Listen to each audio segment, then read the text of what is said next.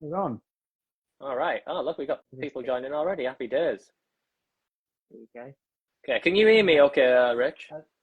I can hear you, yeah. Okay, happy days. Yeah, move that up a bit. There you go. All It's right. tiny down here. It's because the screen has shrunk, hasn't it? Yeah. So I live in a little matchbox house. all right. Well, people will just join. We don't have to wait for everyone to join. I'll just start us off with just one big massive thank you. Thanks for giving me your time to come and chat with me. For those who don't know, people watching, this will be uploaded on YouTube as well. But Rich is many things: researcher, entrepreneur, filmmaker, many things over. And you work. You still work over at 𝙂𝙪𝙚𝙨, don't you?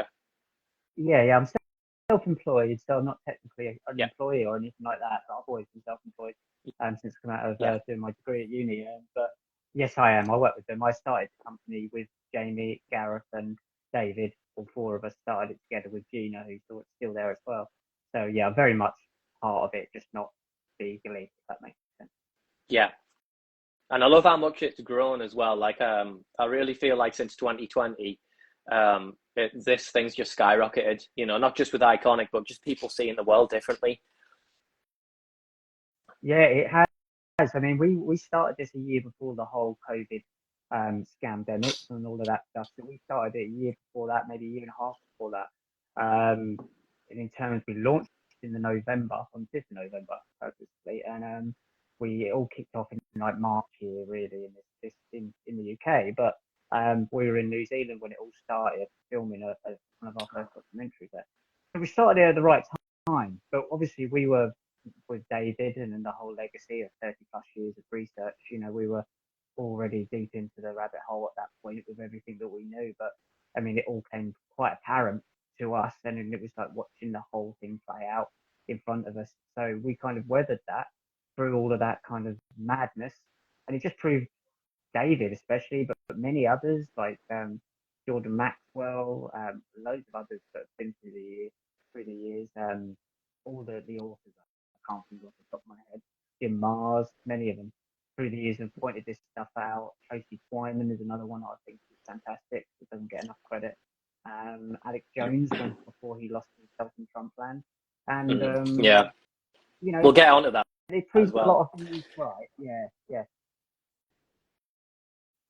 Yeah, and that brings me to my first question. Obviously, you've been aware of this for probably a lot longer than I have, I'm guessing. And what started? I mean, what was like I hate to use the term awakening because that's like, it can mean many things to different people. But what was the point in your life where you were like, holy shit, the world's a lot different than what everyone taught me?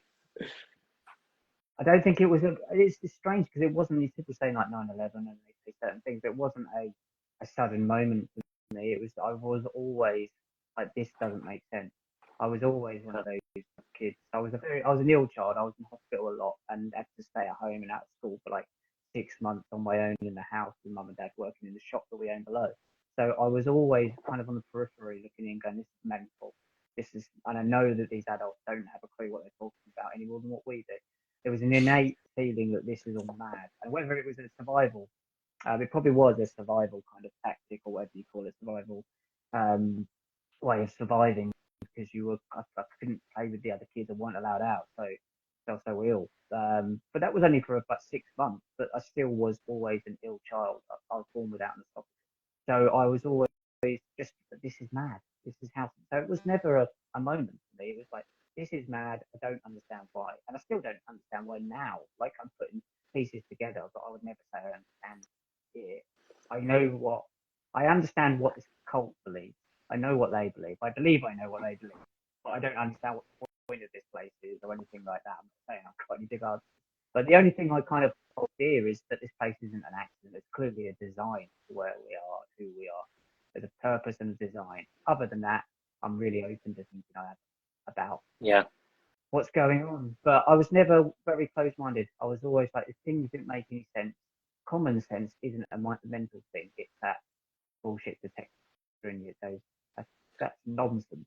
The, the pyramids weren't built by people with ropes. Like I was like that sort of kid. Like this is just I Yeah, wouldn't say it. I'm in my head. I'm like, and everybody else knew that it was bollocks. And it's that look in someone's eye when you look at them, and then you've got that look across the room where you look at each other and you're both going bollocks, isn't it? And then you're both going yeah, and it's that feeling yeah, that I always had, and I always sought out other people that would be brave enough to say that out loud, say the king's got no clothes on, that's what the emperor's got no clothes on even. So yeah, it wasn't a one-stop shop. It was something I always had, and then I've kind of tried to understand it through the years, and that's kind of how I got into this stuff. yeah. It's interesting that you say that. You said you took like sort of 6 months off from school. I don't think that was probably the catalyst, because I think most of us, when we were younger, when we were kids, we knew something wasn't right. I speak to my wife about it. She knew that, what the fuck is everyone doing? And then you've got the 6 weeks holidays and everything's fine. And it's like, yeah. And then you go back to school and you're like, what the fuck, what's the point in this? Like, why? Mm. So I think we all like innately know that something, like, life isn't meant to be like this, like forced and directed, not just through the education system, but just through the structure of society in general. Would you agree? Yeah, I think we all kind of see it as the sister sausage machine that it actually is, and spitting us out the other end, and the more you comply, it's getting you ready for the compliance system, which really is what the social credit score will be. It's not it's a compliance score, and we already have that. We have that innately in anything with a hierarchy. The more you're compliant you are, the more you'll go up the hierarchy. That's always been, but this will be like so invasive. It'll be ridiculous, and it'll be a prison. So, but that's what it is. It's a compliance currency. It's a currency of compliance. It's nothing more than that, and that's what even money is. Money is just a kind of in a way of saying how useful have you been to the system. So that kind of already exists. The beast system has existed for a long time. It's changing now to something even more aggressive. But the school system is to kind of it molds you into that shape. And Yeah, it is quite clearly a lot of it is quite fully nonsense. Not all of it, but a lot of it. But I'm not against the school system. I think it's great meeting people, learning social skills, especially in the 80s and 90s when I was at school. So I mean, it's different now. It is different now with social media and the way kids are. They go through so much more than we did when we were. Well, I don't know how old you are, but I mean, I'm 43. So I we had a different way of being. We had it a lot easier in many. I'm talking about in the West, obviously. In the East, I have no opinion on that because they're horrific situations that a lot of people are growing up in. That there's nothing like as privileged as many of us have been in the West. Not all of us, but many of us. And I went to a normal school, but obviously I was privileged because I had a roof over my head, I was fed, I had parents that only loved me. I mean, that's fantastic. I mean, I was lucky. If I'd have been born with what I was born with in a different country, I wouldn't have been alive. Certainly would have been alive if I was born 2 years earlier because I was one of the first they operated on. And saved about a third person they saved ever. Um, so you just think, well, I'm supposed to be here for a reason, and I just question things like that. So as you said, like what he's saying in the comments, I can see expressive evidence of how they moved and placed the blocks of the pyramids. I think I asked those questions then. I mean, now, if yeah, you ask me now, I would think that would be sound and vibrational movements. When you look into the hermetic principles of how they use sound and shape and vibration, I think that they use that. But I also think that they use monatomic gold, which is the gold that extracts the weight from the object, which is fascinating. And that was one of the first things I found in the book coach. So there's other things, technologies going on here. So I was always like, that doesn't make sense, but what does? So the schools yeah, never really had a massive effect on me like that. But it just didn't. I don't know why. yeah. I'm 29, so I kind of, the internet and Facebook and social media, that kind of escalated when I left school. So I've seen like the other side. I've seen both sides. You know, we both have, and yeah, it's just I couldn't. It has changed massively now because I know people who've got the kids in school and what they teach in schools, and it's just like if they'd have taught that to us when we were there, we'd have been like, what the heck? Like this is weird. It's inverted as well now. So the things they teach now are completely like would be frowned upon when we were at school, and like that's weird. That's Yeah. too close to comfort. Now it's inverted, which is obviously a satanic conversion of itself. And we went from what my mum and dad went through at school. My dad probably more than my mum. It was the kind of violent teaching. There's no boundaries in terms of what the teacher was angry and violent could actually get to, which is disgusting. And then it went to where we were, which I felt like we actually had, like I did, have the kind of better world in terms that they weren't allowed to do those things, although I was picked up by the next and pinned against the wall by one of the teachers. My dad went in and did the same to him as a PE teacher. I don't think Mr. Ackroyd, you're alive anymore, but yeah, that we should have done that. Yeah. But like my point is that now when the kids at school, it's all of the weird stuff, but it's not the the violence of the kids, it's psychological torture. It's all mind work, it's all power of suggestion. And these teachers are lunatics, some of them, in terms of this woke agenda. And yeah, it's scary for them because they're gonna. I think the lucky thing that we had was that we grew up with feet in both worlds, and we saw it before social media and now. Whereas when my generation dies out, we've got a really important job to do is to keep this information alive, to tell them, look, this world wasn't always like this, and it's not supposed to be. This isn't normal. This isn't the new normal. So that's what I see kind of my role is like, okay, look, this is mad. And these are the principles that this madness is based on. And they're esoteric and they're occult and they go back thousands of years. So that's what I try and do. Yeah. And of course, I mean, from my understanding, the education system, just been speaking about it, it's not really too old as far as what I've come to know. And the indoctrination just doesn't stop at school, does it? It continues to college, to university, higher education. And then, I'm thinking, right, if you're going to dedicate sort of, for say a doctor's degree, 10 years or something crazy like that, so you spent a decade of your life essentially being indoctrinated. And I'm really not trying to shit talk doctors, but then it's just like, it's a lot of time, isn't it, to start questioning things. Like it's a lot of time and energy that you've spent believing in a certain narrative. That how do you start questioning that? And of course, if you do, you get kicked off. Well, exactly. You're in so much debt as well, but the only way you're going to repay that debt off is that you're going to comply with the answers that they want you to have. So you're going to comply with the system, and it's a clever way of doing it. And you go in there and you go, even if you start to question it, you've got mortgages to pay. You suddenly, if you're a doctor, you're not going to live the life of someone who's working in like a supermarket all weekend. You're going to have a high priced life. And that's the issue, I think, with some people is that they are they spend too much in terms of like they have too many kind of financial problems in terms of like having a lifestyle that they can afford, but it doesn't afford them any freedom in terms of being able to make choices if they change their mind or see the world in a different way. Because suddenly, like the people like you have these Russell Brands of the world, he needs to pay millions a year for his lifestyle. He can't do what I do, so he has to say the things he's told to say by Peter Thiel, by the looks of it, and those guys at Rumble, because he has a lifestyle. And also he's addicted to that lifestyle and that money and the fame and everything that goes with it. So you can see how you get dragged into it. So if you play the game well from school, some people fully believe in the illusion, and the illusion starts to prove itself to be true because the more you can comply, the more money you get, more opportunities you get, right down to the Freemasons or secret society. The more you comply, the more you go up the levels, meet these people, more money, and then if you get to a point and you go, this is horrible, I don't like these people. Where do you go? Because you've got the lifestyle already. You have to start again. You'll lose everything. You'll lose your character that you've built up, your ego. So it's a very easy trap to fall into. So you can see it coming out of school. They're just pushing you in this direction to kind of get you as deep into that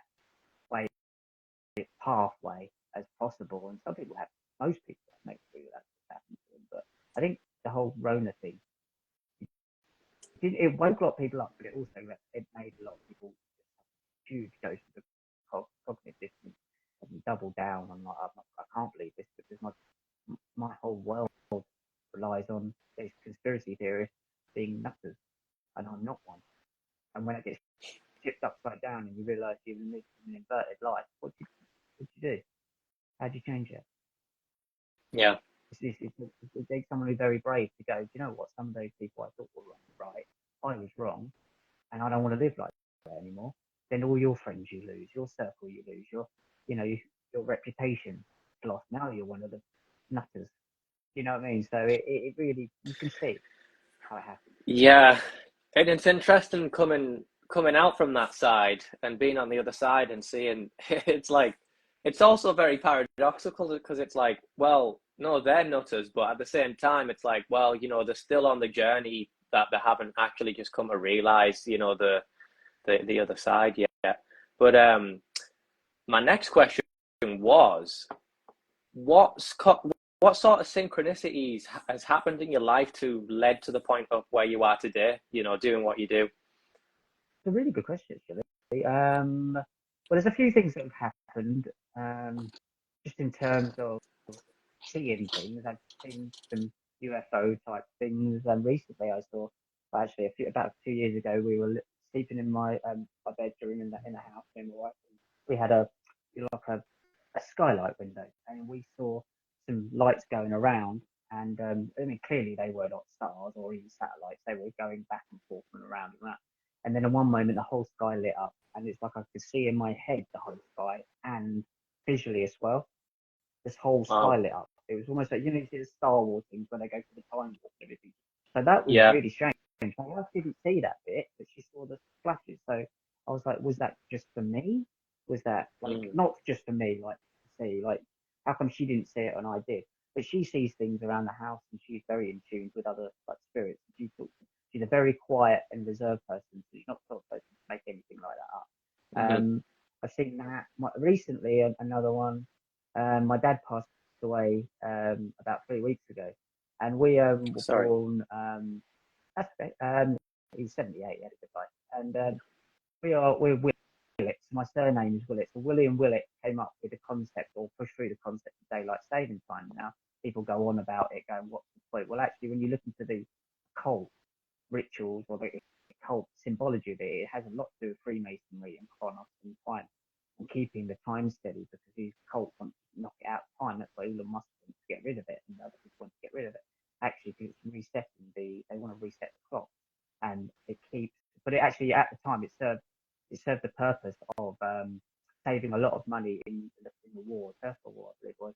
Saved millions of lives because it basically all the money that wasn't spent on heating and lighting was actually transferred to armaments and food, and it's millions. So he done a really good thing, and then they've kind of twisted it into something that's just annoying. But my point is that my dad passed away 3 weeks ago on the night when you put the clock forward. 10:30 he passed away. And then the next day we got up in the morning and the clock that never worked in the living room, and I suppose it's true, was at the right time. And then it moved a bit and stopped again. My dad's still sleeping in the room with us, so his body's there. He's not sleeping, he's dead. Yeah. But his body was there, so we were with him. Obviously, when he passed, I was with him. So that was really, that recent one was really strange. And then I got the day of his funeral 2 weeks ago tomorrow. Sorry, 2 weeks ago Monday. I went down in the morning, the TV's on. Never done that before, but it was just on. And I do believe it was electrical beings. It makes total sense to me that we're able to affect electrical appliances. That totally makes sense to me. We're still there. The energy is still there. We're all energy.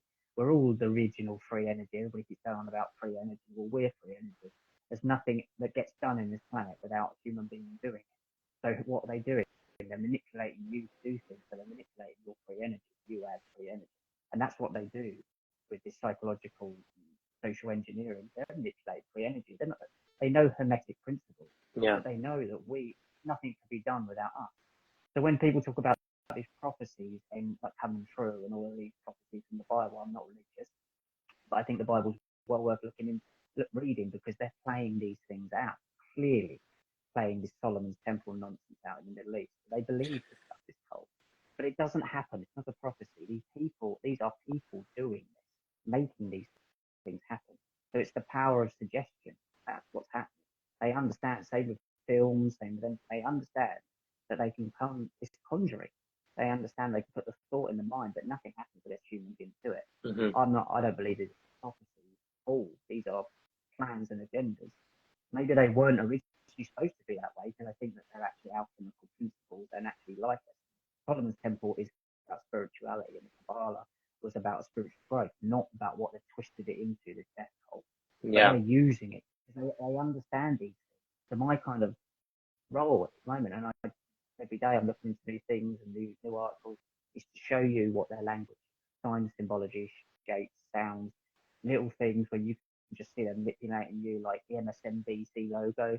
If you have a look at it, it's the inversion of the light spectrum. What we see is our reality. So it's the inversion of reality. So you can see their symbology is everywhere, and that's how they communicate to each other. Now we've figured that out, I think they're in panic. There's a lot of people have figured it out, not just me. Obviously, there's hundreds of thousands of people who know far more than me. I'm just one who's on the journey of learning stuff. But they have to communicate with each other through that language, because that's what it is. That's how they communicate. So once we decipher it, the game is over. You've got Elon Musk coming out now saying can never order Novus Florum, never pronounce that right, New Order of the Ages. He's just tweeting it now because they know the game's up. So they just sprint into the finishing line. You've got Donald Trump talking about a new golden age. The golden age of Saturn. It's the golden dawn of Aleister Crowley. It's all the same bollocks that they've been doing from the start. It's the time before the flood, and it's all the golden age of Saturn, when Saturn ruled our Earth, our original sun. It's all of this stuff they believe in. I'm not saying I believe it, but they certainly believe it. So we're deciphering their code, and it's so simple once you start to see it. So obvious, like the black cube and white cube and all of this stuff. Yeah. They have to stick to it, though. They have to stick to it, which is great, because they've been collared, and the symbols and stuff like that. You just need to get enough people to not think it's nonsense, and that's the issue. It's not nonsense though, is it? And it's kind of, when you do recognize it, it's almost in your face. And I think you're right. I think they are in a bit of a panic because they're almost doubling down now. It's so obvious. It's so obvious, But I did want to touch. I did want to touch, Rich, on. Now, people might find this hard to hear because I know some people watching this might be religious. I want to talk about the links between Yeshua and Lucifer. But before we do, because I got into this deep dive stuff a couple of years ago, and I think I fried my brain, to be honest. Like, it was just information overload. What exercises, things do you do to not ensure that you just don't fry your brain? Because it is a lot, isn't it? The deeper you go, the more you uncover. We'll talk about the Lucifer thing in a minute. There's different names for the same entity, but Lucifer and Satan, some people think they're different people, some think they're the same person. It gets very, very confusing. It's not really what I think. It's more about, I'm more worried about what this cult thinks, because they're the ones with all the money and the positions of power. So regardless of what I believe, it is not important. But I want to know what they. How do I do it? I just think I don't need to sound bad, but I think it's funny. And I just think, what a waste of fucking time. You come here, they've all got kids, they've all got families. Some of them, most of them have. What a waste of a bloody short life to come here and want to control it. It must be horrific for them to be that insecure they need to control everything and everyone. So I'd say, well, we came from somewhere and we go somewhere. So this isn't forever, is it? This bit here. Yeah. So that's kind of how I find it. Dark humor is really helpful. The WhatsApp podcast I do with Gareth quite helps, because we just look at the absurdity of everything comes, and it's just funny, because it is funny, and these people are idiots. They're weird idiots. They're a cult.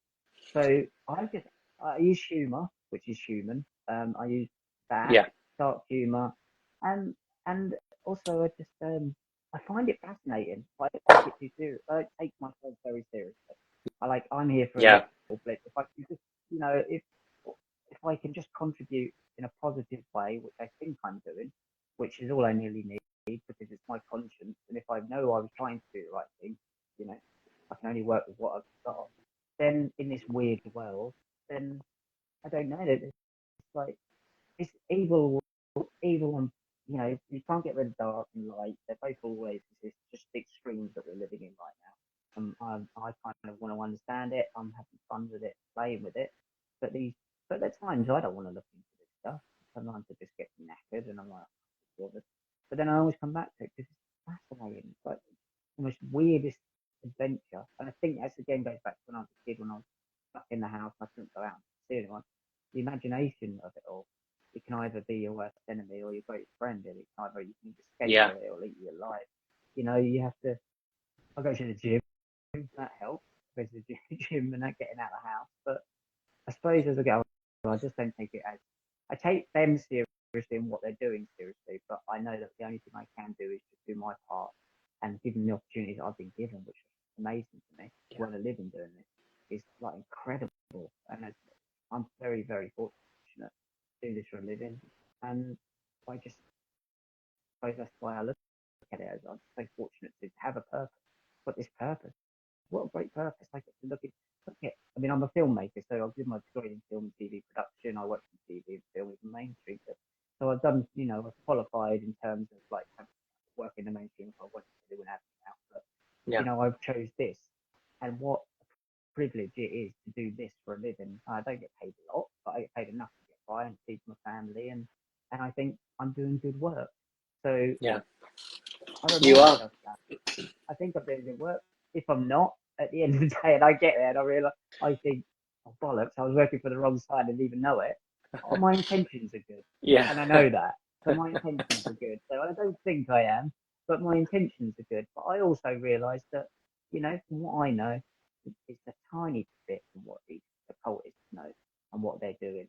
I'm just learning the language and I'm trying to pass it on to people to say, we all know this is true. We all know that they're what they are. We just can't quite put our finger on it yet. And if I can do anything to help put our finger on it, that's what I'm here to do. So I'm just really grateful that I get to do this. It's just amazing that I get out to do these things. The worst thing for me is boredom. Sorry, continue. Sorry, the worst thing for me is boredom. I've done so many jobs in the past, so many jobs working in shops, staring out the window for 8 hours, dying inside. That this is living. It's not the length of your life. It's what you're doing, the quality. And I died so many times working in shops and in retail and staring out the window, working in warehouses. But this is like amazing. It's a great adventure. Yeah, I'm with you on that one, man. I served like just short of 6 years in the army, and then I worked jobs before that and after that, and now I work for myself. I do art for a living. I'm trying this podcast thing. I'm on this journey or whatever you want to call it, and yeah, I don't regret it for the world. Don't make a lot of money, but I'm happy. It's all about perception, isn't it? What you were saying there, like, how do you not sort of scramble your brain? It's like, well, it's perception. If you put a bit of humor with it, I love that. And don't take it serious. It won't affect you. You know. It's the same bullet. These are a bunch of cowardly bullies. Just don't take them seriously. That's the worst thing they want. They rely on you thinking they're over. And Davis has said quite a lot in his lately, anyway, in some of the work we've been at. Is that they rely on you taking them seriously. They rely on you thinking they're this big, deadly operation and all these things are going to come and get you. I was reading, and that's just they understand psychology of humans. It's all bollocks. These aren't. This is the Wizard of Oz. Oz was even named after Osiris. Oz means Osiris. Osiris is an Isis. Isis is a Statue of Liberty. It's all the same thing. So this is Oz. They know that they're cowards behind the curtain. Look at them. They're the black nobility and all of these people. They hide behind all of these corporations, all these technocrats, all these politicians. If you're that powerful, why are you hiding? If you are that powerful and you're not afraid, why do you ever hide? You hide because you're afraid, and you're afraid of being found out for doing the things you're doing, for who you are. So they wouldn't hide if they weren't afraid. It's the common sense element of that. Yeah, that's what it is. They're afraid. They're afraid of people finding out. remember one of the Rothschilds once said if they ever found out what we've been doing, would basically get run out of town. But I mean, they had very low down, the Rothschilds or Bowers or Baccarat, as they were originally called, and they're so far down the black nobility ladder. So they put people like Musk out front, who's, bless his heart, obviously on the autistic spectrum, and he's even said he is, and I knew he was from the moment I saw it. But yeah, he's on. It didn't take a genius to work that one out. No, it doesn't. A genius, and he's not a genius, bless him. But what's happened to him is that his dad was awful to him, and his mum built him up as a genius. And she's a very weird woman. And what it did was split him. And what are you going to do? You're going to believe either you're an absolute idiot, your dad's telling you, or you're a genius, like your mum's telling you. It split him. He got abused as a kid, psychologically abused by his very wealthy parents who are into a lot of weird mining stuff in South Africa. So he's brought up in a cult. He's completely shot up. He's a victim of it. Everybody is a victim of it. Everybody is. It's doesn't have to be this way. So when you look at them like that, you think, bloke's got loads of money. I had a video of him yesterday sitting next to Donald Trump, and they're at this Thanksgiving party, and they look fucking miserable. And they're singing along to YMCA, which is hilarious. And then Trump's going like that to Elon Musk, and Elon Musk going, look, and staring off in the distance. They're bloody miserable. I heard something online like he's like the #1 player on, I think, like Diablo. It's some video game. He spent like thousands of hours on it, and someone was like, how does he do all the shit that he does? And I'm like, he doesn't. He doesn't do shit at all. He's a poster boy. He's playing stuff up. They even had him in Iron Man. I mean, for God's sake, and Iron is one of the Iron Man comes down to, I can't remember what Iron planet is. I think it's Mars. Mars Iron? Yeah. I think it is. Yeah. Mars, yeah. The reason Mars looks reddish is due to its oxidation or rusting. Yeah, so Iron is, this is what you start to look at. You think, this is fascinating to me. So Iron is, is Mars. So Iron Man is Mars Man. And obviously Elon Musk is Mars Man. He wants to colonize Mars, and that comes from the Von Braun book, Project Mars, where the person who colonized or took humans to Mars was called Elon. That's who he's named after. His granddad was a technocrat and transhumanist. So Iron Man is Mars Man, and he's in it, and they're telling you he's red. He's the red rustic Iron Man. That's what he is. So Tony Stark is a character, it's an archetype, and that's what it is. It's a character in your mind. It's like a Santa, like Satan, like this father figure, like the white bearded Kronos that is clearly the same guy that's in the Matrix.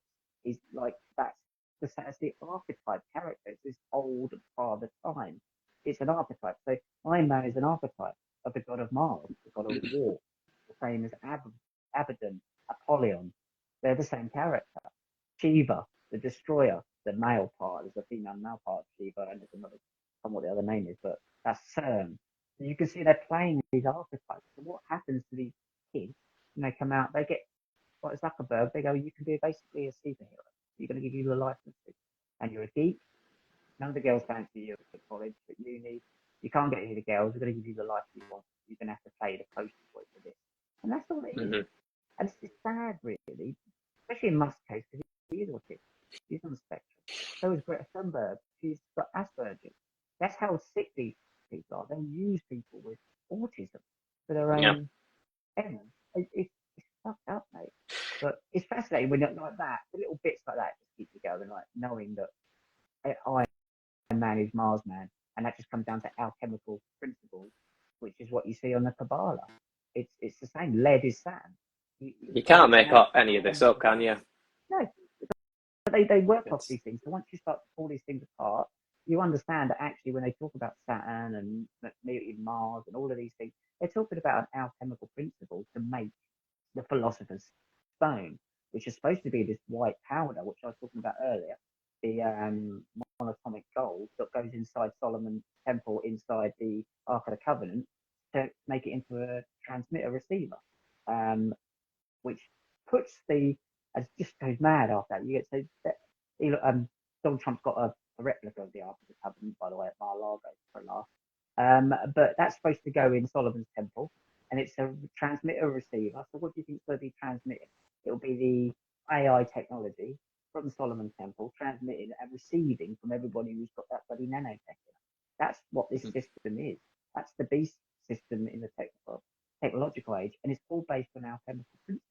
That's why it's Solomon's Temple. That's why Solomon's Temple is the Kabbalah. And it's the Tree of Life. When you walk through it, it's the Bowen and Yaqeen, which is the temple that every Freemasonic temple or lodge. Yeah. The two temples, because you're looking onto the chessboard, and it's fascinating when you start to pull it apart. You're like, just mental. This is just absolutely mental. But they believe that they are magicians. They really do. It's kind. I see like I don't want to say like a bit of a synchronicity, but touching on the link between Lucifer and Yeshua. Like, I'm not religious myself, but I really appreciate the allegorical messages behind Scripture. It is a code. It is a real code. But Christians that identify as Christians, they actually take it literal. So I was having a chat with an Orthodox Christian a few months ago now, and I was talking about, I think Christ maybe is an energy. It's like Christ consciousness, and mentioned about different allegories in Scripture, and he was like, no, like, what are you on about? No. So I know. Do you know? I Does that make sense? Makes total sense. I completely agree with you. It's now allegories and alchemical principles. It has several different meanings, several different layers, in my opinion. And they're taking it literally. Absolutely, they are. They have built a Solomon's Temple. It's supposed to be a spiritual principle of spiritual growth, and they've built an actual fucking temple. Yeah. They're going to. I don't believe there was a first temple or a second temple. There's no evidence that there was a first temple. Second temple, all they've got is the Wailing Wall, which appears to be an old Roman fort.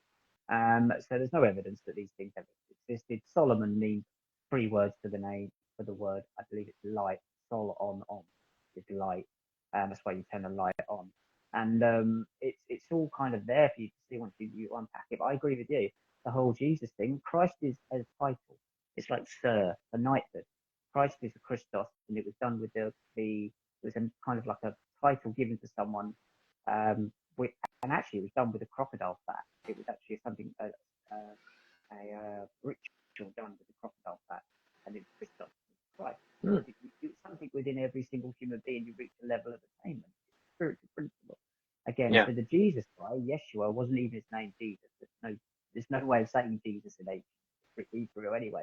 So it was Yeshua or it was Emmanuel, but I don't believe it was a real person. I honestly don't. Yeah. But saying that, it could be that someone took on the proponents of that, but I don't believe there was an actual person, but maybe there was. But I certainly don't believe in any of the magical things he did, because clearly they are things that happen. They are telling you about the seasons. It's clearly an astrotheological book telling you about the seasons. It was a survival guide by the looks of it, on one level, and an alchemical guide. There was a survival guide for the seasons. It was telling you about how the seasons change and when to plant something and when it will bear fruit. And hell was actually originally in Dante's Inferno is actually ice. Hell is supposed to be so hell has actually been inverted from like an ice cave to a burning cave, because hell was winter. Everything died. Christmas is Saturnalia. We all know this. Yeah. Saturnalia was basically the inverted Saturn, Roman Saturn, was it Roman or Greek? I don't remember. Festival, and that was basically where they just inverted everything, and just there was no rules other than no rules, which is do what thou wilt. Love is the law. Love to be the law, and all of that crowley stuff. The same thing. Like, they live by this stuff. So that on January the 6th, there's 2 things going on: a light and a dark version. There's the Epiphany of Christianity, but actually it's the topsy-turvy day, or the Feast of Fools in satanic occult rituals, and it's the end. It's the 11th day, I believe, after the 12th night. It's the 12th night, sorry, which is obviously a play by Shakespeare. It's the 12th night after Christmas. That's what it all means. It's all the same thing. So when people were storming the capital, Capitoline Hill, which is just ripped off from the 7 Hills of Rome, which is what Washington DC is, they were taking part in the Feast of Fools. Donald Trump was pissing himself laughing at them. He was. They thought it was the epiphany of Christianity. It wasn't. It was the Feast of Fools. It was the inversion. So when you start to really see these stuff, you can point out, but don't do that on that date. There's like 9/11. Bloody hell, there's so many things about 9/11. The first Solomon's Temple was supposed to have been sacked on 11/9. It doesn't matter which way round the numbers come. And the second one, apparently it was on the same day, hundreds of years later, by coincidence. 9/11 is the sigil of Saturn in Roman numerals. It's 𝙂𝙤𝙫𝙾𝙫, which is the sigil of Saturn. And there's also the two temples, 𝙂𝙤𝙫 and Boaz, who went down. So when you go through those temples, that basically took you through into the New Age. Then you go through those and you go over the rainbow, which is why the rainbow was used during COVID. So that was to do with the Noahide law, the promise that God will never flood the world again. This is what they believe. But it's a promise to this whole, not the world. Yeah. So they believe this stuff, yeah. and they do things on certain dates to cement this stuff through. There's the gate of Apollo as well. It's mad when you look at it. Yeah, this is what gets me. It's like I've explained to people before. Everyone agrees that Christians believe that they believe in Jesus. They take it literal. I'm like, well, there is people out there that believe, quote unquote, redemption through sin, which is a book by I think it was Robert Sepper. He's written a book called 1666, Redemption Through Sin, and that's what they believe that they be fucking evil and they'll get redeemed, or whatever. It really is inversion. I know we talked about Donald Trump a little bit. Let's get into that then. So, God, they've just had the elections here not long ago. Because I live in America, I live in Oregon. Everyone's so heavily identified with politics over here, mate. It's fucking crazy. It's nuts. And I just try to explain it to people, like, it's like the captain of the ship, you switch captains, but that ship's still heading for the iceberg kind of thing. People need to hear this. Do you want to touch on politics? Like, what? It's just, how many times do you have to do the same thing over and over again? You realise you're doing. Trump's even been president. He was shit. He did everything for Israel. Came through with none of his promises. The only thing they go on about is though he didn't start any wars, didn't end any wars, didn't end any. He just continued them. He didn't build his wall. Didn't put Hillary in prison because they're all the bloody same. So in this one, he's obviously given Israel everything they want. His cabinet's stacked with AIPAC funded Israel first, Zionist Sabbatean Chabad Messianic lunatics, basically, who are going to push the Solomon's Temple nonsense. And if you think it isn't, they've even named a place, Mount Moriah, I think it is. There's a place called, I forgot the name, but they named it after Trump because he put the US Embassy in Jerusalem, which caused a lot of problems. And then they give him a gold coin for it with King Sirius or Cyrus on the end, on one side, and his head on the other, because he thinks he is. Thinks he's returning these, lost tribes to Israel because he's a lunatic and he was brought up around stuff. He was brought up around Chabad Lubavitch, crooks, quite frankly, in Brooklyn. His dad was giving them land to build synagogues. He was raised around this stuff. He was even educated at a Jesuit school. So was Dr. Fauci, Jesuit school. So was Melinda Gates, Jesuit school. The Jesuits are the secret society or secret intelligence arm of the Vatican. Really, obviously, most people know that. So he is deeply involved. When you come to this election, you had Elon Musk funding him this time, and Peter Thiel funding JD Vance. Now, Peter Thiel funded Trump on the last time round. Peter Thiel is Palantir, which is In-Q-Tel, which is the venture capitalist arm of the CIA. It's all intelligence. But on the other side, you had Harris funded by Eric Schmidt.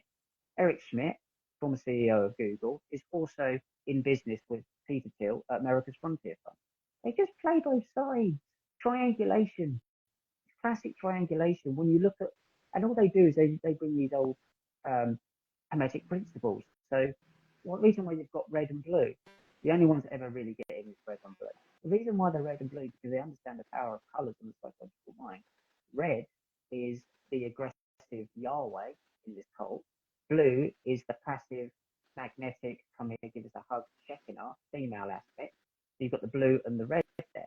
But you've got red going in one direction and blue in the other. And what they do is they push these extremes to so far that the bit in the middle, the tension is so thin that the reality that they want to bring forward can cross over into our world.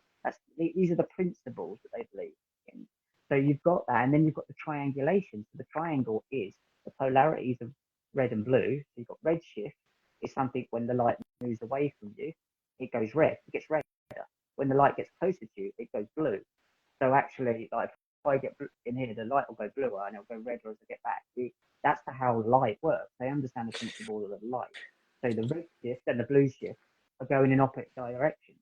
So to form the triangle at the top, you have the point of control there that brings the two together because they understand the nature of reality and the nature of psychology. So they use red and blue because they understand that they're polarity. They can never be one.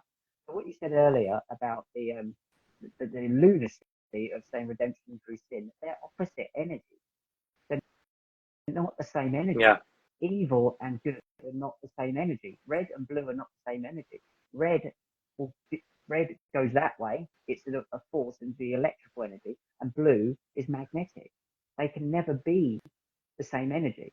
So you can't do red evil and expect to get blue good or God or the female aspect because they're bloody different energies. But it's lunacy like that. So what they think is they'll do so much bad that someone will come in, like God, their God will come in and go, oh, fuck this right, I'll come tonight and I'll start it again. That's basically what it is. And the purple, as you said there, the purple like that is purple glow of creation. I really curious. So what happens when you put red and blue together? Yeah. You get purple. And that's why this satanic cult use purple, that's the colour of Saturn, and black. You see a lot of the British royals using the purple colour as well. Because they understand purple. They understand it. They understand all of these things and they use them. So I'm not saying they're true. Like, I'm not saying this is their language. This is the language they use. There is an element of truth to this, of course there is. There's design here, they understand. But this is the code. This is the code that we all should have been taught at school. This is the code of reality. This is our birthright. It's your birthright, my birthright, to know this stuff. This was what was hidden once their Tower of Babylon, which never existed, but the principle is that they all got confused and all the languages couldn't be tower higher, so they couldn't become gods. Well, actually, what happened, in my opinion, is this is an allegory, this is a theme, not an actual tower. In my view, is that they got confused. They were the workers that were confused because they couldn't speak the same language. But this cult have their own language. That never got confused. We lost the ability to understand this stuff, which is the stuff from the mystery schools, probably the Mayan culture, and perhaps if there ever was an Atlantis, perhaps that. I'm not saying there is and there wasn't, I don't know. But this came through the mystery schools. That's why you have the Knights Templar are quite clearly now are the higher levels of the Freemasons. Knights and Daughters are the same. All of this stuff. That's why you've got 𝙎𝙤𝙀𝙀 and 𝙂𝙀. That's why you outside every Masonic store, temple or lodge, because it's the same bloody understanding. So once we understand it, and they want to build their Solomon's temple, which will lead to Armageddon in the Islamic faith, so they're kicking off all of this stuff, mate, and they know exactly what they're doing. And the reason why, I'll leave it, I'm rambling, but the UK and the US have been brought into this is because these lunatics believe in something called British Israelism, which means they believe they are one of the black nobility are the lineage of one of the lost tribes of Israel, the tribe of Joseph, by the look of it, that's split into two, UK and the US, and also other colonization states like Canada and New Zealand are involved, Australia as well, part of the British. They were part of the British Empire, much all of them are now. But so they believe that they are part of the 10 lost tribes of Israel that will be allowed into the New Jerusalem through one of the 12 gates. Once Solomon's temple will get built first, and the New Jerusalem come down, really big white square, and they'll have 12 gates around it, and they'll be allowed to wander in. So that's why. But one of the aspects of this story is that the tribe of Jacob, so the US and the UK, will suffer the worst of the tribulation in their biblical text. Only 10% will survive. Or who do you think those 10% will be? So that's why the US and the UK, I believe, are being dragged into this nonsense in both Ukraine and Russia, and Middle East. And the reason why I say that is go and have a look at. There's a Greek guy. If you ever watched this, go and have a look up 𝙎𝙪𝙚𝙨 spelled Chabad, 𝙬𝙬𝙬𝙬𝙬𝙬, 𝙬𝙬𝙬𝙬. They are the Brooklyn cult that I mentioned with Trump earlier. They're a messianic sect, and they believe that they're going to build their new temple, and the Messiah is going to come back, and Moshiach is going to come back, and the world to come is their 8th day after the 6 days of building 1,000 years of rest, and they'll live with their Moshiach in their new Jerusalem. It's all mad, but they believe this stuff. They absolutely believe this stuff, and Donald Trump believes this stuff, and Vladimir Putin's got a Chabad rabbi. Zelensky has got a Chabad rabbi. Both have got a bad rabbi. They're all in bed with each other, aren't they?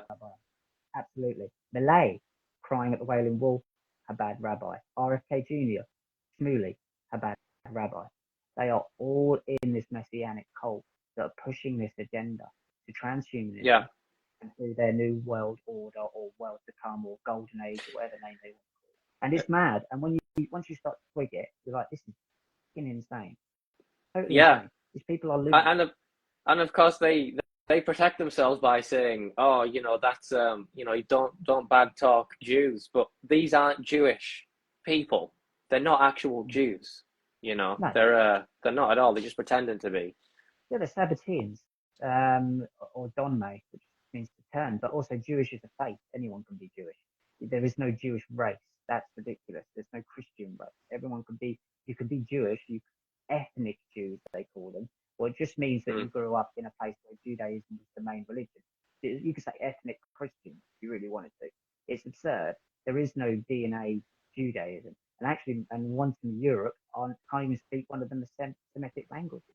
So they say anti-Semitism. Yeah.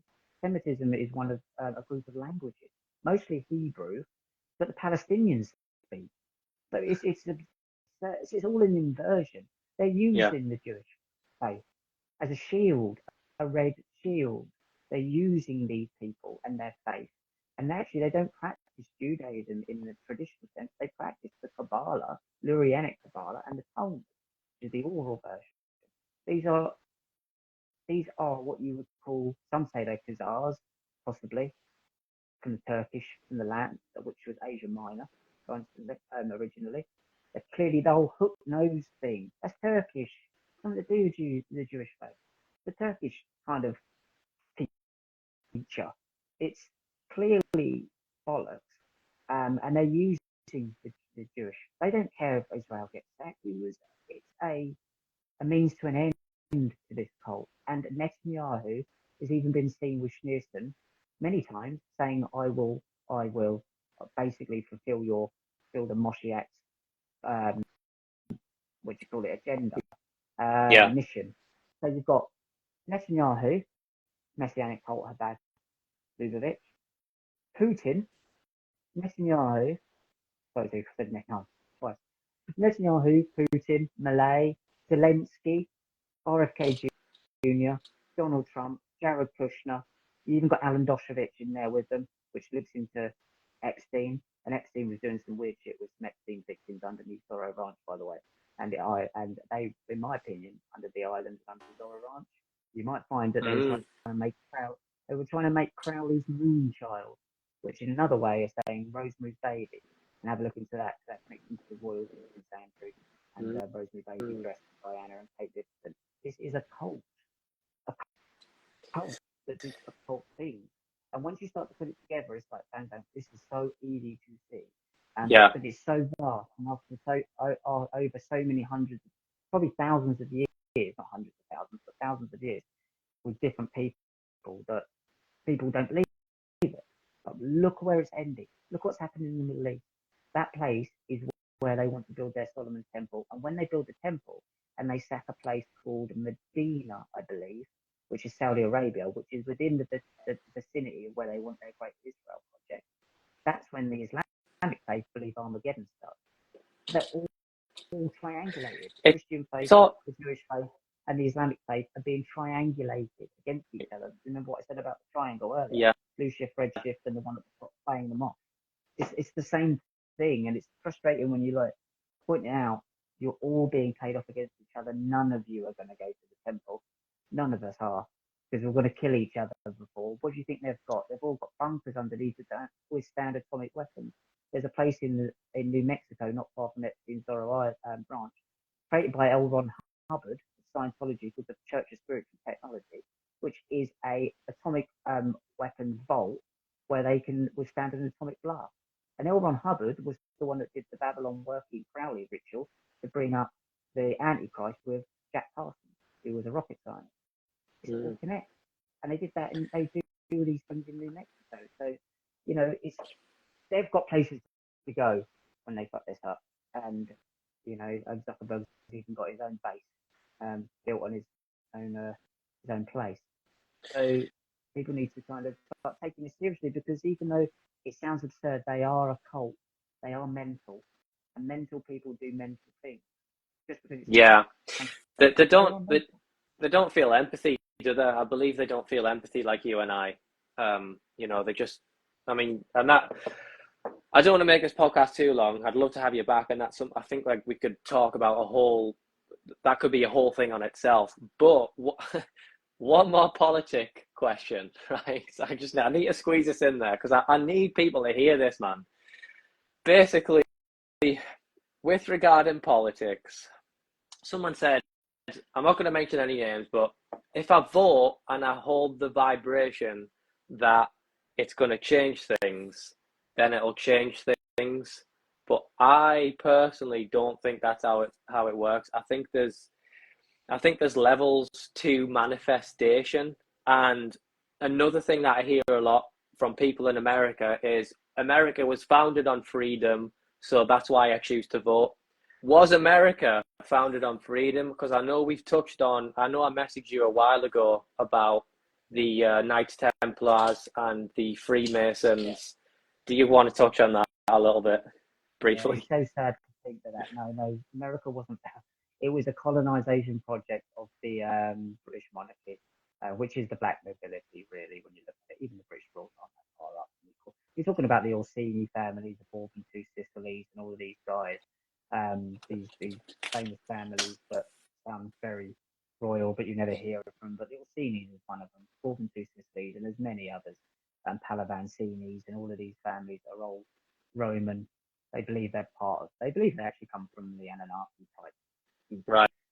Anyway, yeah. So America was a colonization project for the British Empire. It was even called the Virginia Corporation originally. And if you look at Washington DC, the land that's built on was originally called Rome, Maryland, because it was Rome. The Maryland's just next door, obviously, still, but Rome, Maryland, and it was given to them by a guy, I believe I got this right, called John Pope, John Pope, so Pope John. They're taking the piss. So it's the 7 hills of Saturn in Rome, because it's a Roman cult still, Babylonian cult really, it goes back to Babylon, are the 7 hills of Washington DC. You've got Capitol Hill, Capitoline Hill. It's so bloody obvious. You've got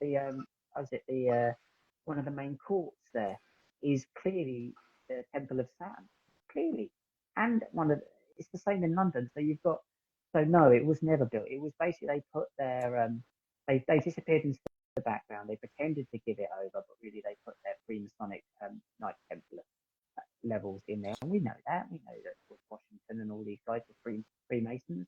So they just disappeared into the background. They realised that actually, like the black nobility always do, like, why are we doing this out in the open when we can hide behind several layers? Why? Yeah. Like, we're in danger. There's too many people on the planet now. So it's still a colonization project. There was no freedom. You didn't get freedom in 1776 at all. You got basically the powers that be faded into the background and put their skivvies, their stooges out front, and that's what they did. And so it's never been a land of freedom. It's always been a colonization project of this cult, not England, not Britain. We need to forget about countries. This is the problem. Well, not really, because the country we don't need to, because it helps us out. But I mean, in terms of what there are, they don't think of things in terms of countries. They don't care. That's why Putin's got a bad rabbi, and Zelensky's got a bad rabbi. They don't think countries. They don't care about countries. This is a cult that wants to control everything and all, and they do, and they do it out fairly in the open. But people still believe in countries, and it gives you a sense of pride upon this country. And actually, you just run this rock spinning through somewhere. We don't really know what we're doing, but they've brainwashed people into thinking that were split into these countries when actually it's just a colonization. It's a corporation. You've got Washington DC is where the military and military kind of surveillance and intelligence armies mostly. Some of it's in London as well, obviously. Then you've got a city of London, which is a square mile, and is where the finances are controlled from, and the Knights Templar. There's still a temple. There's still the Knights Templar temple in the middle of the City of London. So the City of London, Washington DC, and the Vatican are all sovereign states. They are companies, corporations, sovereign states within a country, and those three triangulate most things. You've got the religion, obviously, with the Catholic Church, with the Roman Catholic Church, and then all their money's washed in Basel, Switzerland. Their Tower of Babel, the Tower of Basel, even looks like it. So this is a corporation and a cult, basically. Yeah. So America's never been free. It never has. None of us have. None of us have ever. And I mean, you can have your own little bits of freedom in there, but to think that's sad to see when you've got the choice between Donald Trump, who's a skin. I mean, he's given a million to start his first company. He's skin. He was bailed out by the Rothschilds in the late 80s by Wilbur Ross, and they reorganised all his debts, so they owned him. He's even got a bloody black cube on his tower in Istanbul. Yeah. He's part of the cult. And then you've got the other one is Harris, and they're both controlled by the same technocrats who are controlled by the CIA and intelligence firms who are controlled by the black nobility bloodlines. And that's what goes on. You've got the Grey Pope, I think, is an Orsini at the moment. No one hears about the Grey Pope. You've got Black Pope, White Pope. People know about the Black Pope being the Jesuits kind of leader, but they don't talk about the Grey Pope is one of the Orsinis. I believe it's one of the Orsinis. But these old bloodlines are still there, and they're the ones that really, really pull the strings. And then there's people like David and many others that think they pull the strings for people, for beings not of this reality or this, dimension, which, they usually say these rituals to tap into other dimensions. We know they do that. So there could be a truth to that as well. Yeah, I really think there is as well. I mean, we'd be stupid to completely discredit it because we're only human beings. We only see in a certain type of frequency and a very small percentage, don't we? So, and emotions are super powerful, like you were mentioning earlier. That's what it's all about. It's about extracting our energy, our life force energy. Yeah, they need to use us. They need to use us. And that's the problem, is they've convinced us that we're powerless, but actually they can get nothing done without us. Yeah. As I said earlier, everything built on this planet is built by humans. Everything that happens here, it happens because humans do it. They've convinced us that there's some kind of power out there that we're all subjected to, when actually it comes through us, and we do stuff in the name of it. And we're not, I don't believe, I'm not saying we're all gods or that, I'm saying I think we're all capable, we're all attached to this energy. But we are the kind of driving force here, that really, we're the hands in the machine that make it, that move things about. That's who we are. And they know that. So they have to manipulate us. And some of them, I don't believe, as you said earlier, psychopaths, sociopaths, are not attached to it. Yeah. They have no creative energy. They don't know how to do things. They can just mix and manipulate and push things around, but they can't make anything new. They don't have that creative energy. That's why they're so stupid. Because you can't come up with anything on your own. You can just take something and manipulate it. But they need us. They need us to actually kill ourselves. They don't. They can't do anything, and that's why they want this transhumanist thing. They want a blending of their stupidity with our creativity in a being that's human 3.0 that doesn't sit back and tell them what to do. I thought, because they're cowards. They're the odds. They're spirals behind the curtain. So we are the only ones that can make. We've got a choice. We can either go with these idiots and to our own doom, or we can go, I'm not doing that. I'm not doing that. That's stupid. It doesn't benefit me or my family. Piss off. And then we don't do it. And we create, and there is no prophecy. There is no end time. There is none of this bollocks. That's still to be determined by us. But they want to convince you that that's already been written and it's destiny. It's kind of like it's kind of like playing a video game where the last level is this impossible boss, but you're going to try and play it over and over again to try and beat this boss, but it's been hard coded that it's impossible if you fight that boss. But so instead, just unplug the TV and don't play the game. Yeah, Simple. Play the game. Then that's exactly what it is. And even the Rothschild had a because they were Baccarat before. So you had the Baccarat Rothschild cigar, and the slogan for it was the game. They know this. Game. Old Triple H from wrestling, he was an insider. He's called himself the game. Time to play the game and understand the game. It's red, white square, blue, black square. And what that represents, by the looks of it, is the white square of the New Jerusalem coming down from the top, the cell above, which is Zion, and the black square of Nod, where Cain was sent to, and that coming up, which is Saturn as well. So you've got these two squares, and and when you start to see this stuff, you're like, wow, this is mental. The Star of David, Seal of Solomon, well, some say it's the Seal of Solomon, Star of David, Star of Remphan, you know what I mean, is the so above as below triangles layered over the top of each other. So they're trying to superimpose the two realities and then flip it upside down, topsy-turvy day. That's exactly what it is. So they're trying to hell on earth. That's what they're trying to flip around at the end. They believe that they can do it. I'm not saying they can do it. I'm not saying I believe any of this. I'm trying to tell you what I discovered, that at this moment, I believe what they believe. Sorry, I believe they believe these things. They're mad. Yeah. I really think that's the key. So I don't want to take up too much of your time, but to really finish on on a sort of positive note, it's like, you know, I believe having a balanced awareness, because I don't want to get duped, and I want to understand how they operate. And at the same time, it's like, how did we get into this mess in the first place? And I believe it's through separation. You know, and what causes separation? Well, it's the ego. It's like the identification with the ego. And I think as soon as people start realizing that more, and, you know, going inwards instead of looking outwards for the answer or the savior, whether it be Trump, Musk, you know, who else, but we'll really start to get it. And I believe we are. Since 2020, I think it's snowballing. Would you agree? Yeah, people are getting this, and that's why they're speeding up, by this cult speeding up. Other than that, and they've got a weird timeline. It goes to about 2,230. They need to get this done before their Yahweh comes back, you know, smacks them on the head. That's literally what they believe. But yeah, no, they clearly know that we've tweaked them. But yeah, I agree with that. I agree that it's this kind of one. It's this life that we have here being seen as something we can keep and hold. It's like trying to grasp hold of water. This isn't ours to have. It's ours to experience. And I believe, anyway, this is just what I'm saying. I'm a 43-year-old man. I don't know everything. But this is, to me, is like holding on. What they're trying to do is grasp water, trying to grab water. I've got to have it. I've got to keep it. It's mine.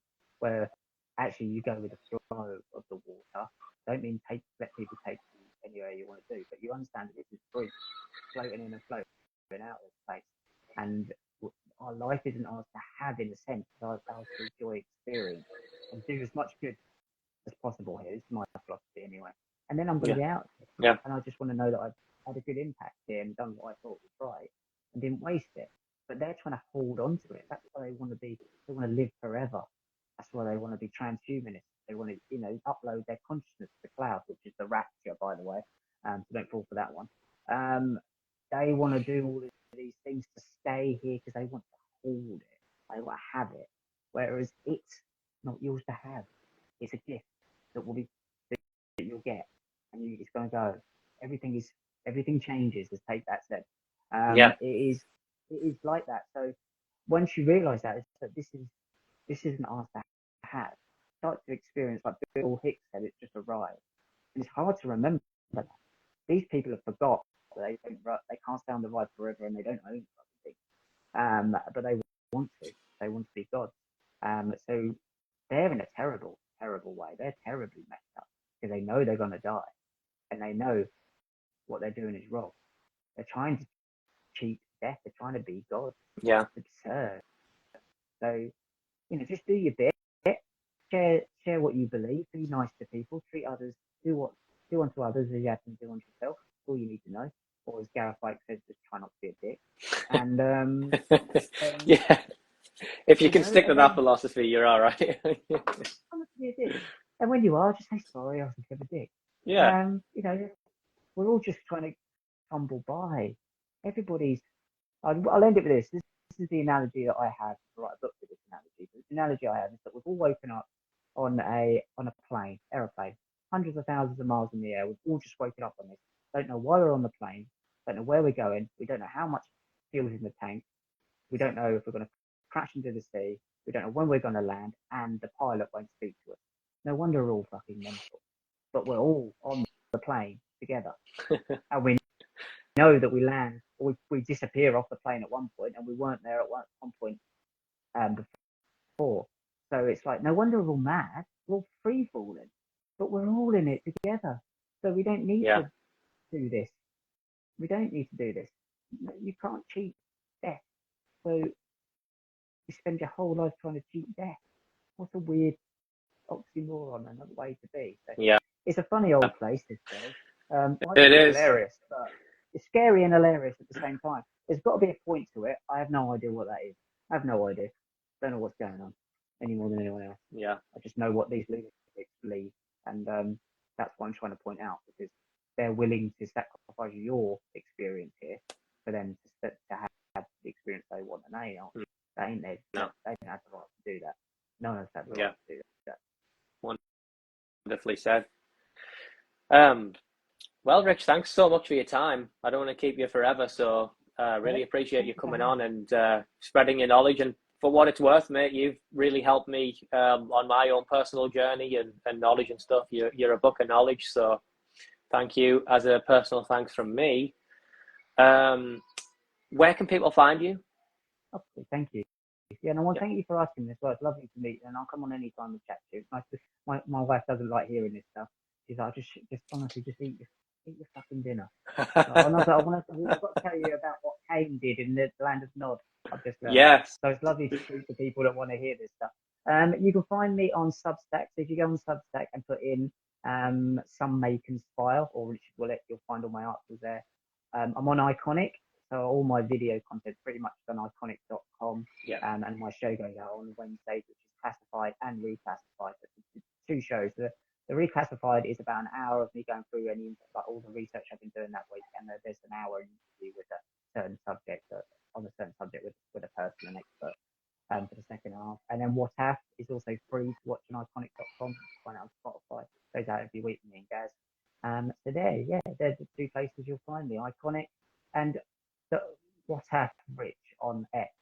The WTAF Rich on X, and you'll find it, and obviously here, but. Mostly or Substack really for my content. Happy days. Yeah, I'll put all that in the description, mate, and I'll let you know when the video's uploaded. Wonderful. But yeah, thanks once again. Thanks for everyone who tuned in. I know there's a lot of chat. I don't think there's too many questions, so we're just going to end it there. And if you're joining in now, you can watch the full podcast on YouTube. So yeah, thanks once again, mate. Okay. Just stay online just for 2 minutes, and I'll just give you a quick call back to say thanks offline. Will do. All right. Thank you. Thank you, everyone. I appreciate it. Yeah. Bye, guys. Bye. Bye.